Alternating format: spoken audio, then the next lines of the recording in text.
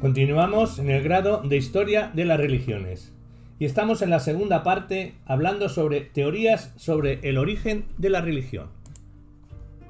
Hablemos sobre cómo se hicieron los dioses. Una onza de hechos vale lo que una tonelada de discusión, y no hay sujeto en que sea tan útil tener presente este proverbial consejo que el del origen de la religión. Hemos puesto ante los ojos del lector una colección de hechos de la mayor importancia y educación. Estos hechos no han sido dados por hombres de la mayor autoridad, hombres que personal y científicamente estudiaron los pueblos en cuestión. Además, no hay discusión posible acerca de la posición de estos pueblos. Son los fragmentos más primitivos de la familia humana viviente. No tenemos espacio aquí para describir sus vidas, ideas y aspectos físicos detalladamente, aunque mostramos mucho de ello en uno de los libros, pero en todas las pruebas hechas, estas razas primitivas son marginadas por el resto de la humanidad como pertenecientes a una capa más baja y temprana. Son fragmentos que sobreviven, no de la primera familia humana, de ninguna manera, pero sí de una raza mucho más baja que el negro australiano, una raza que corresponde al hombre de la Edad de Piedra, el hombre de hace más de 100.000 años. Desde la cuna de la especie han vagado a lo largo de las líneas que hemos indicado y tribus superiores los han desplazado hacia las islas y selvas. Nos permiten una ojeada fascinante al hombre primitivo cuando estaba tomándose religioso. Nos muestran la manufactura de la religión. No hay traza de revelación primitiva ni de instinto religioso. No hay traza de animismo ni de pensamiento, ni de preanimismo. Y la magia entre ellos parece haberse desarrollado a la par, no antes que su rudimentaria religión. Pues, ¿qué nos enseña? Primero, que originalmente no hay creencia en un dios. Son solamente las capas más elevadas de estos bajos pueblos los que han estado en contacto con tribus más elevadas donde alguna especie de ser destaca como particularmente poderoso, como Kak o Puluda. Es un paso quizás en la creación de un dios, pero no hay nada parecido a adoración. Es un hombre fuerte de quien cuentan historias como los británicos hacían en otro tiempo con el rey Arturo, o los hebreos con Sansón, o los babilonios con Gilgamesh. Alguno de estos pueblos no puede decirse que tuviera religión alguna, pero están todos a punto de tenerla, y hace su primera aparición como la creencia en que una parte del hombre sobrevive a la muerte y descomposición del cuerpo. Definimos la religión como la creencia en dioses y su adoración. En este sentido, ninguno de estos pueblos primitivos tiene religión alguna, pero vamos ahora a ampliar el significado de la palabra para incluir la creencia en espíritus. La primera idea religiosa, no precedida en ninguna clase de conjetura sobre la animación de la naturaleza o el temor de la fuerza de la naturaleza, es una creencia en lo que hoy llamamos alma o espíritu. Antes de que hiciéramos esta investigación de las creencias de los pueblos más primitivos, creíamos que probablemente el sol y la luna, el fuego y la tempestad serían lo que primero habían causado impresión en la imaginación del hombre primitivo, dando lugar a sentimientos religiosos. Es claro que no fue así. El hombre creía en su propia alma, antes de que fuese lo suficientemente sabio para hacer conjeturas acerca de la causa de los actos de la naturaleza. Obtenemos entonces importantes indicios sobre el origen de esta creencia en un alma. Recordemos al usar palabra como alma, espíritu e inmortalidad que estos humanos, de cerebros más obtusos, no tenían ideas que correspondieran a las nuestras. La parte del ser humano que sobrevivía a la muerte era material, aunque generalmente después de la muerte, invisible. En cuanto a si vivía para siempre, ellos nunca se hicieron esa pregunta. Constatan sobre todo que ello con incertidumbre. Todo lo que saben es que siguen viviendo. Y sacamos una idea muy clara de por qué ellos suponen que hay una parte de uno que sigue viva. La llaman comúnmente sombra. O es una cosa roja y pequeña, como la sombra de uno en el agua. De los 9 pueblos que hemos descrito, 3 llanamente no tienen idea de la supervivencia. 2 se muestran muy dudosos. 4, los de cultura más avanzada, la creen intensamente. De los 4 que definitivamente creen en la supervivencia, 2 llaman a la parte del cuerpo que sobrevive sombra. Y a los otros 2 dicen que es un objeto rojo, aunque no hemos podido encontrar la traducción del nombre que le dan. Ya veremos que hasta las tribus más adelantadas todavía dan el nombre de sombra al alma. Parece pues que hay un significado mayor de lo que creíamos en la frase. Sombras de nuestros antepasados.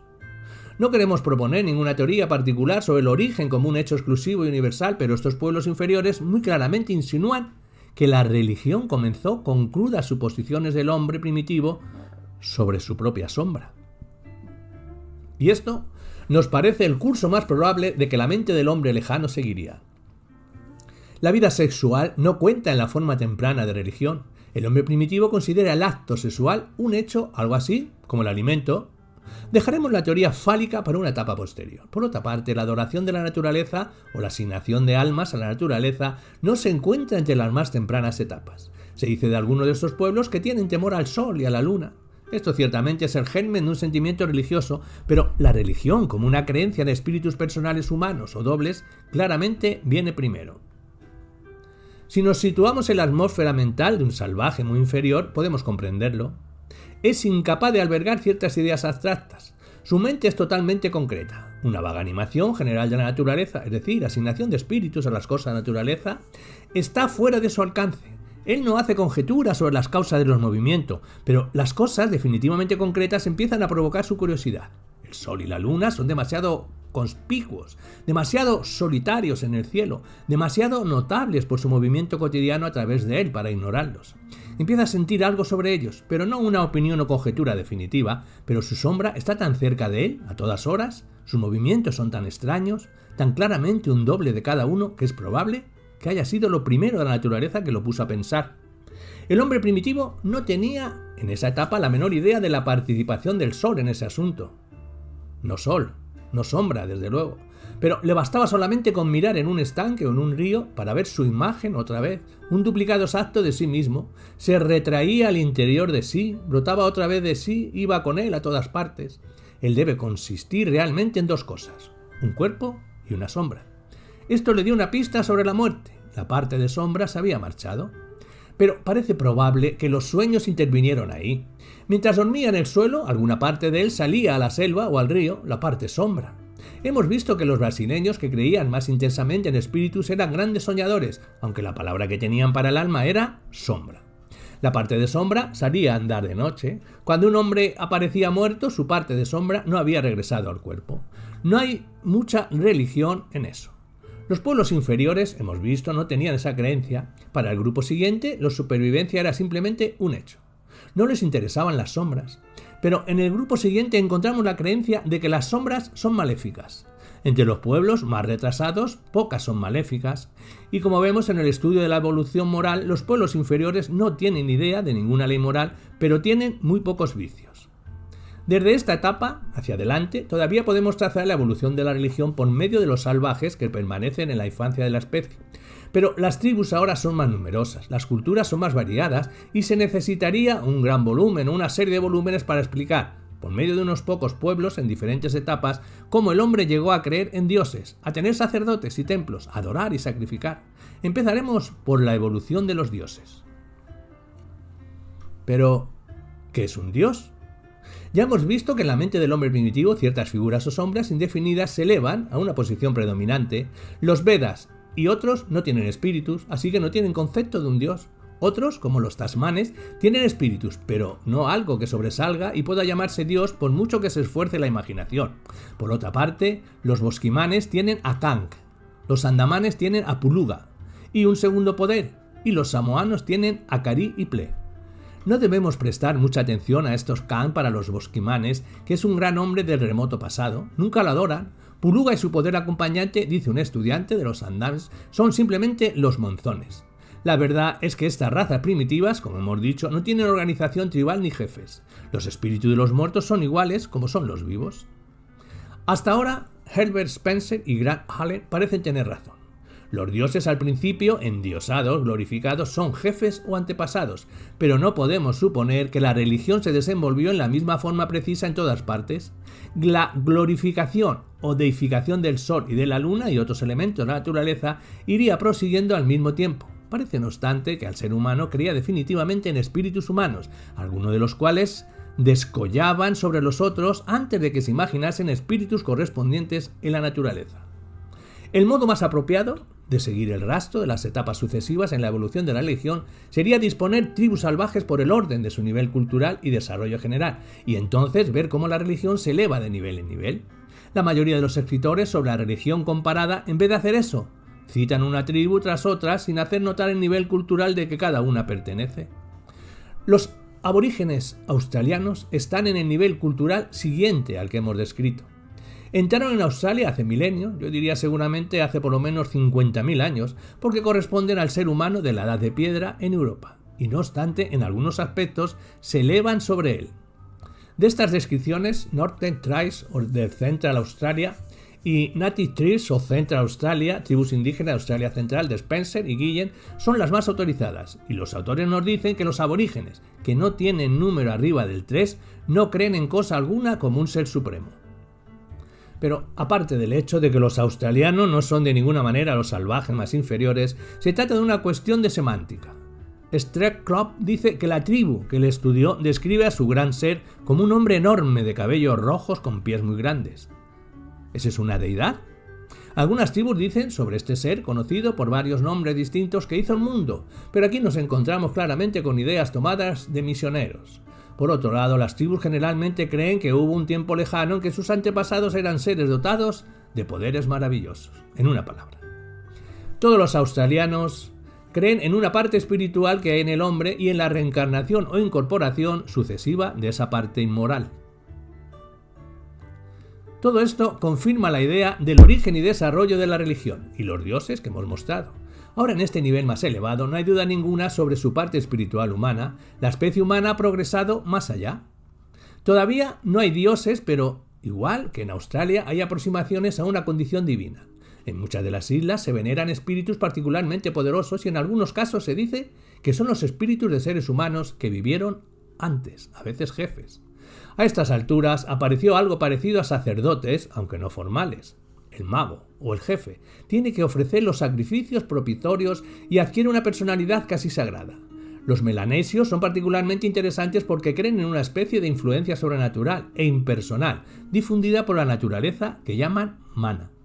Un buen cuchillo, un tiburón, una piedra peculiar o un árbol pueden tener mana. El hombre quiere tenerlo con un sentido de vigor, energía, y cree que la adquiere comiéndose a un hombre fuerte.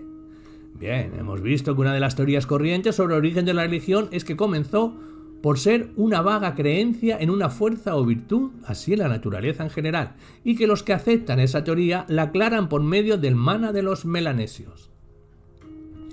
Pero el siguiente nivel sobre los melanesios es el de los negros africanos, o los negros sudaneses en particular, y aquí obtenemos una sorprendente confirmación de nuestra teoría. Ahora son comunes los dioses, y es igualmente común encontrar que son considerados espíritus de antepasados glorificados.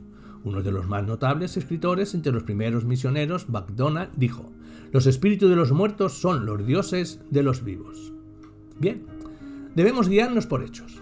Cuando empezamos a cavilar sobre el origen de la religión, nos parecía cierto que el hombre primero deificaría o adscribiría potentes espíritus a cuerpos tan conspicuos como el sol y la luna, la lluvia y el fuego. Ahora, lo que creemos es que el hombre primitivo era muy poco inteligente para pensar en causas. Empezaba por algo concreto, su sombra. Esto no era una deducción, sino algo que veía. Obviamente consistía él en dos partes. Según su mente creció, empezó a pensar en una parte espiritual, y más tarde, cuando empezó a cavilar sobre la vida de la naturaleza, puso espíritus en ella para explicar sus energías y movimientos. Hablemos del ascenso del sacerdocio. Hemos visto que Fraser, uno de los más influyentes escritores sobre religión, la considera derivada de la magia o del fracaso de la magia. Se alega a veces que la magia en los albores de la humanidad era la religión del individuo y que según la evolución social progresaba, la religión se iba convirtiendo en la magia del grupo social. Parece haber dos errores en esto. Primero, que la magia, como hemos visto, no precedió a la religión. Se desarrolla al mismo tiempo y en igual proporción que ella. Segundo, que la religión, como nos muestran los hechos, surgió de experiencias individuales y no de influencia social. La enfermedad es ahora considerada algo debido a los espíritus, en realidad puesto que los espíritus están en todas partes, en el tiburón y en el cocodrilo, así como en las nubes y los árboles. Un hombre tiene un terrible número de potenciales amigos y enemigos por quienes preocuparse. Vemos la aparición de estos intermediarios como un desarrollo muy natural cuando ascendemos de las tribus inferiores a las más elevadas. Entre los melanesios, en el nivel siguiente, encontramos expertos que van apareciendo. No hay casta profesional, pero un hombre puede adquirir o comprar el arte de hacer sacrificios y aplacar a los espíritus y se convierte en una especie de mago o sacerdote que vive de su arte. Los indígenas de la costa de los esclavos están un poquito más adelantados y sirven de ejemplo de un grado más alto de desarrollo religioso. Los espíritus pequeños se tornan menos importantes. Los grandes espíritus ocupan la atención más y más. El espíritu realmente mayor, el Mabbu, el dios del cielo y la lluvia, todavía no inspira temor. Entonces hay una deidad fárica. y hacemos notar que es aproximadamente en este nivel donde el elemento fálico entra en la religión. Los nativos se deleitan con los sueños eróticos y los sacerdotes los conservan en buenos términos con el dios del amor. El órgano sexual aparece tallado por todas partes. Más allá de estos espíritus mayores están las legiones usuales de espíritus de animales temidos, del fuego y del río, la selva y la cosecha, la enfermedad y el parto y así sucesivamente. Vemos la elevación de entre un corro de espíritus, de unos cuantos espíritus sobresalientes que, impulsados por la influencia de los sacerdotes, se han tornado en lo que pudiéramos llamar dioses. Vemos los dioses de la naturaleza gradual, pero lentamente elevándose en importancia por encima de los antepasados deificados. Vemos rústicas chozas sobre los restos de un jefe o sobre fetiches agrandándose hasta llegar a ser templos tallados. Y de la psicología de la religión, por último, diremos que no hay una psicología de la religión, es decir, hay 1.000.000. La psicología religiosa del tasmanio no es la del australiano y difiere también según ascendemos al africano, al polinesio, al amerindio, al mongol o al campesino europeo. La psicología religiosa de la dama de Minneapolis, con su tremendo puritanismo y fervor social, no tiene la menor relación con la de la dama de Madrid, que piensa que la Iglesia existe principalmente para perdonar indiscreciones, o la de la moza suditaliana o búlgara o griega, que permite el vicio contra la naturaleza y se ruboriza y persigna en presencia de un protestante. La psicología religiosa de un hombre no es la de una mujer, y no hay siquiera cosa tal como una psicología general del mismo sexo en la misma secta o congregación. Es un tema muy extenso. Todo lo que podemos hacer aquí es indagar si hay características comunes en el estado mental que llamamos religioso. Es muy difícil encontrar tales características comunes. ¿Y la reverencia por lo desconocido? Bueno, el espiritualista es religioso, pero los objetos de su religión, él no cree en Dios necesariamente, no inspiran asombro ni reverencia y no admitirá que son desconocidos. Probablemente la gran masa de católicos romanos, los mexicanos y peruanos analfabetos, los campesinos italianos y españoles, sienten reverencia tan raras veces que no podemos considerarla esencial. Pregúnteles qué es religión y contestarán: creencia justa, casual asistencia a la Iglesia y el reconocimiento de las obligaciones morales de la cristiandad. La religión no es una reacción emocional al universo, a las fuerzas que parecen manifestarse en él. Los expertos dicen esto y la gente religiosa no sabe qué le quieren decir. ¿Son religiones el budismo, como lo enseñó el Buda, y el confucianismo? ¿Se describen generalmente como tales? Pero Buda y Confucio eran agnósticos, como veremos, y por lo menos el confucianismo ha sido fiel a su fundador. ¿Era el estoicismo uno de los más elevados sistemas morales, una religión? Pero el estoico era completamente indiferente a dioses o cualquier cosa excepto a la vida del hombre aquí y ahora. Los hechos no dan indicio alguno de la existencia de un instinto religioso, o de un sentido o impulso interior, o cualquier nombre nuevo que se le invente. Desde el principio hasta el fin es cuestión de llegar a conclusiones erróneas desde hechos observados. La sombra, el sueño, la pesadilla, la enfermedad, la muerte, los movimientos del viento y el río, la lluvia, el sol y la luna, el nacimiento y muerte anuales de la vegetación. El único impulso, fuera del sutil de lo sacerdocio, es la curiosidad del hombre. Siente la comezón de hallar la explicación de las cosas. De principio a fin, la religión es una explicación o interpretación de cosas ocultas y oscuras.